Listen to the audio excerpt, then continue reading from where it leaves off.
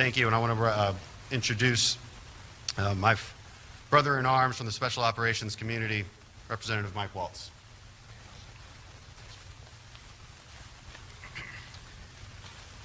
Mike Waltz from Florida, served multiple tours as a Green Beret on the ground in Afghanistan.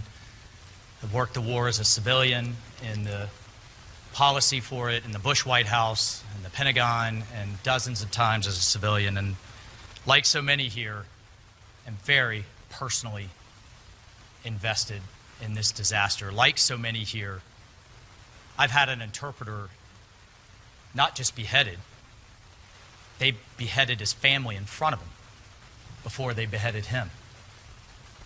I had a journalist and a principal run out of town with Taliban threats, but they stood strong. You know their crime? They were running a girls' school. The Taliban, in response, killed their family and machine-gunned girls' school with the girls in it.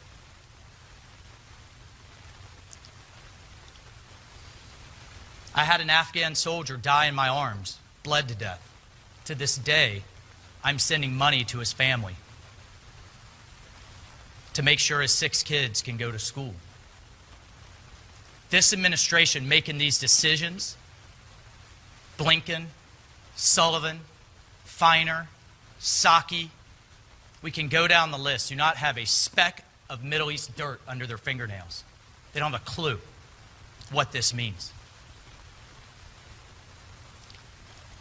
And now, just an hour ago, literally before walking in here, I'm on the phone, as so many of us have been, congressional offices, with veterans downrange that have buses full of Americans, citizens, green card holders, legal permanent residents, our allies that are stuck because they can't get through the bureaucracy at the State Department to get them out.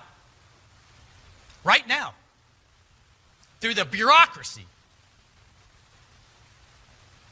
People are dying, and you all need to do your jobs for accountability. It's not just us. We have the Taliban, we have our government now engaging the Taliban, trusting them to let these people go. We have a Navy veteran, Mark Frericks, that the Taliban and the Connies have held for over the last year. Is he free to go? Is this who we're going to trust?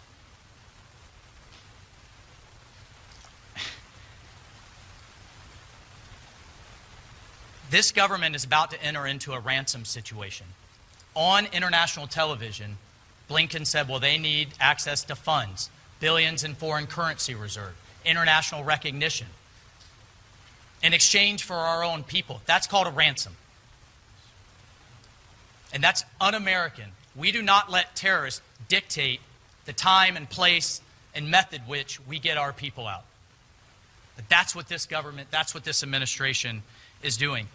And this over-the-horizon counterterrorism, Dan and I can tell you, it's a talking point. Mr. Rogers and I, the ranking member on Armed Services, and other Republicans and other Democrats have been asking for months, what's the plan? What's the plan to keep America safe? Because I can tell you, the intelligence is clear. Al-Qaeda intends to hit us again. And Al-Qaeda and the Taliban are married at the hip. So if that's the case, we now have a situation where future American soldiers are going to have to go back to deal with it. But now they have no bases. We gave them away. They have no local allies. They're being hunted down. And we have a terrorist army armed to the teeth that they're going to have to fight through. That blood is on this administration's hands. This is the same team around Biden that was around Obama. Benghazi, Bergdahl trade, reckless withdrawal from Iraq that led to the ISIS caliphate and untold deaths around the world. The Iran deal. You cannot appease terrorists. You cannot concede your way out of this problem. They know strength and they know leverage. And right now we've given it to them in the form of hundreds of Americans on a silver platter. I had an ambassador reach out to me today, a Middle Eastern ambassador. He said, I cannot tell you how bad this is for your country and its image. The message around the world in the Middle East right now is jihad has won and democracy has failed, and the terrorist recruiting is going to be through the roof. It's not a policy issue, it's a national disgrace. That's from an allied ambassador. I've been in touch with the leaders of those that are still resisting the Taliban and standing with freedom. Vice President Saleh told me, you may have paid billions and lost soldiers to stand with us against extremism, but the price that you're now going to pay in your dignity and your values is incalculable.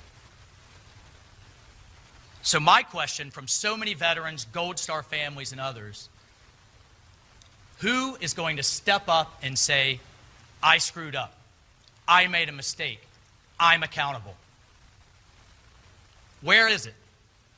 Well, if this administration won't lead and you won't drive that accountability in the media, then we will.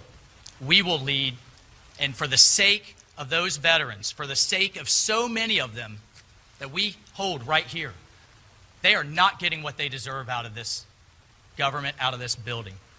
We will hold them accountable, and we will give them what they deserve. Thank you, Mr. Leader. I yield.